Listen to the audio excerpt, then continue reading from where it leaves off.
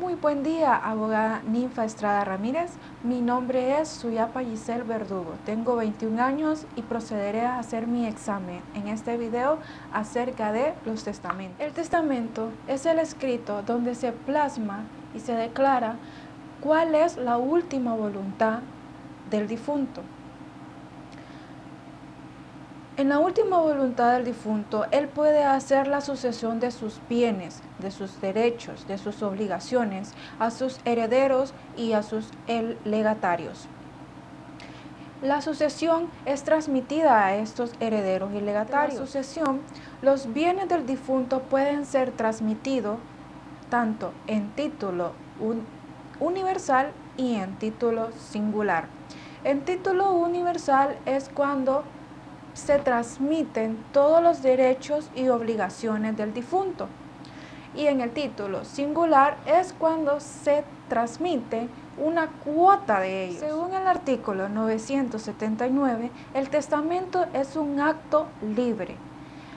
Lo que pide de requisito es que la persona debe de ser natural, estar en su sano juicio y que ese testamento debe de ser por escrito y plasmar ahí su voluntad. El Código Civil nos muestra también que tenemos indignidades e incapacidades para suceder. Por ejemplo, las indignidades son indignas aquellas personas que son impúberes, que tienen demencia, que son sordos, que son mudos. También en análisis puedo describir que esas indignidades son tachadas, estas personas son tachados ante la ley, porque son actos reversibles. Entonces, en virtud de esta situación, de esos actos indignos, el sucesor no puede transmitir sus bienes al causa. La sucesión puede ser por vía testamentaria y por vía habitestato. La testamentaria es cuando se cumplen todos los requisitos ante la ley, que deja el sucesor su última voluntad por escrito plasmada en este testamento. Y en el habitestato es cuando la persona o el difunto no deja ningún testamento, se murió, nadie sabe qué se va a hacer con sus bienes. Entonces el Código Civil da esta alternativa, da esta solución para que los bienes de este difunto puedan ser transmitidos conforme al artículo 960, que nos dicen que estos bienes van a ser transmitidos primeramente por los descendientes, el cónyuge de hogar, los ascendientes, luego los colaterales y de último los municipios. En ese orden de parentesco, el Código Civil hace la transmisión de los bienes de este difunto. En todo caso, el difunto que no dejó testamento y no tiene descendientes, el código sigue la línea del cónyuge de hogar. Pero, según el artículo 971, el cónyuge de hogar que está separado de cuerpos no tendrá parte alguna de la herencia de su mujer o de su marido, quien haya muerto, si hubiere dado motivo de separación o de culpa. Tendrá derecho de cónyuge como premuerto el cónyuge sobreviviente que sin justa causa le había abandonado por más de 6 meses. O sea que si el difunto al morir y se hace la investigación de que abandonó su hogar sin motivo aproximadamente más de 6 meses, esta persona entonces no tiene derecho a los bienes del difunto porque había hecho un abandono ya anteriormente. Entonces, al no haber descendientes, cónyuge de hogar, se pasarían a los ascendientes, y si no hay ascendientes de consanguinidad hasta el 6º grado, se pasan a los colaterales, y si no hay también, se pasa entonces al municipio. Nos dice el artículo 975 que los bienes de herencia o legado adquieren los municipios serán invertidos en ellos exclusivamente en establecimiento de beneficencia o construcción pública. Bueno, en el testamento también tenemos una división, que son el testamento solemne y el más o menos solemne. En el testamento solemne podemos encontrar los testamentos abierto y cerrado, y en el más o menos solemne son aquellos que son sin asistencia de notario, aquellos testamentos marítimos y los testamentos militares. En el testamento solemne es aquel que se debe de cumplir todas las formalidades legales que debe de tener este testamento. Por ejemplo, debe de tener la asistencia de un notario o de un juez, y debe de tener respectivos testigos, que son 3. Pero en el artículo 991 también nos especifica quiénes no pueden ser testigos, que son, por ejemplo, mencionaré algunos, que son aquellos jóvenes, personas que no han cumplido la mayoría de edad, o sea, 18 años, los que se encuentran en interdicción por demencia, los que han cometido delitos, los sordos, los mudos y los ciegos. Los testamentos solemnes se dividen en abierto y cerrado. El testamento abierto es aquel que se debe de hacer la declaración ante un notario. Debe de llevarse 3 testigos. Estos testigos y el testor tienen que dar sus datos, sus domicilios, su nombre, su edad ante el juez. Luego el testador dice su voluntad. Luego el juez lee lo postulado, lo plasmado que tiene el escrito. Luego los testigos firman este testamento y el testador. En el caso de los ciegos, para abrir un testamento abierto, debe de hacerlo por su propia voz.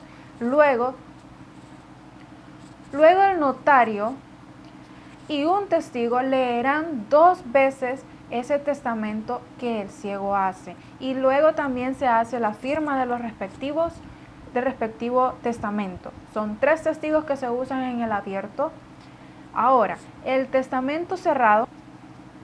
Este testamento, la persona no se muestra lo que dice dentro de ese sobre. El testador lo lleva sellado ante un notario, lo lleva ante el juez competente, y ahí se declara a viva voz para que todos lo vean, escuchen sobre este respectivo testamento, lo que este respectivo testamento contiene. Los hondureños que viven fuera del país, en país extranjero, también pueden hacer un testamento solemne, abierto o cerrado, cumpliendo los requisitos que este también le permite. Ahora, el testamento menos solemne es aquel que no necesariamente puede cumplir con las formalidades legales, o sea que pueden omitirse, como por ejemplo la asistencia de notario.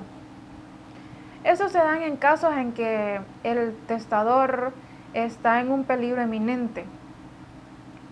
Entonces a esta división se le llaman testamentos privilegiados, que son aquellos que no tienen asistencia de notario, los testamentos militares y los testamentos marítimos. Los testamentos que no tienen la asistencia de un notario, pero si este testamento no tiene la firma de un notario en un lapso de 60 días, este testamento quedaría nulo.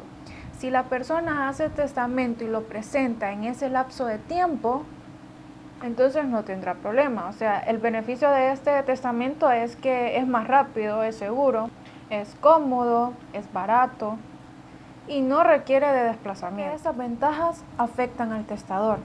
A los herederos no, ya que ellos de todas maneras tendrían que hacer los trámites respectivos para la validación de este testamento. Ahora, el testamento militar. Este testamento militar nace también en medio de un peligro eminente, al estar en una necesidad que requiere de poder dejar sus bienes a sus familiares o a quien él quiera brindárselos. El militar también puede hacer un testamento abierto o cerrado, igual que las formalidades. El único detalle es que lo va a hacer de hacerlo y será firmado ante un capitán o o quien le asista. Si el militar quiere hacer un testamento cerrado, igual va a seguir las instrucciones del artículo 1003, solo que a diferencia de un notario va a hacerlo ante un capitán. Testamentos marítimos, el primer requisito para que sea válido es que esté la persona a bordo de un buque, tal como lo precisa el artículo 1033. Y se hace cumplir también igual con las solemnidades normales. Nos dice también el artículo 1034 que ese testamento se guardará entre los papeles más importantes de la nave. Y cuando lleguen a tierra, ese testamento se publicará en el diario. Si esta persona con testamento marítimo quiere hacerlo y desea hacerlo testamento cerrado, la única diferencia será que lo va a hacer ante el comandante de la nave. Si en algún caso un hondureño vive en otro país y quieren que le otorguen un testamento de extranjero y que se lo hagan validar aquí en Honduras, primeramente tiene que tener las solemnidades de ese testamento, que ante el notario, ante los testigos, las firmas correspondientes, si es abierto los requisitos del abierto, si es cerrado con los requisitos del testamento cerrado. Y para validar ese testamento aquí en Honduras, primeramente debe llevar la documentación a la Secretaría de Relaciones Exteriores para autenticar la firma del cónsul y también se tiene que confirmar que esa firma sea del cónsul que autorizó ese testamento. Ya para abrir ese testamento para la apertura, se debe llevar a un juzgado de lo civil para que el juez competente dé apertura al testamento, le dé también validez y mediante sentencia hacer la tradición de dominio. Bueno, concluyo mi presentación de examen dándole las gracias, agradeciendo por su atención, esperando pues la mejor nota posible ante las circunstancias y que tenga buen día, abogada. Muchas gracias.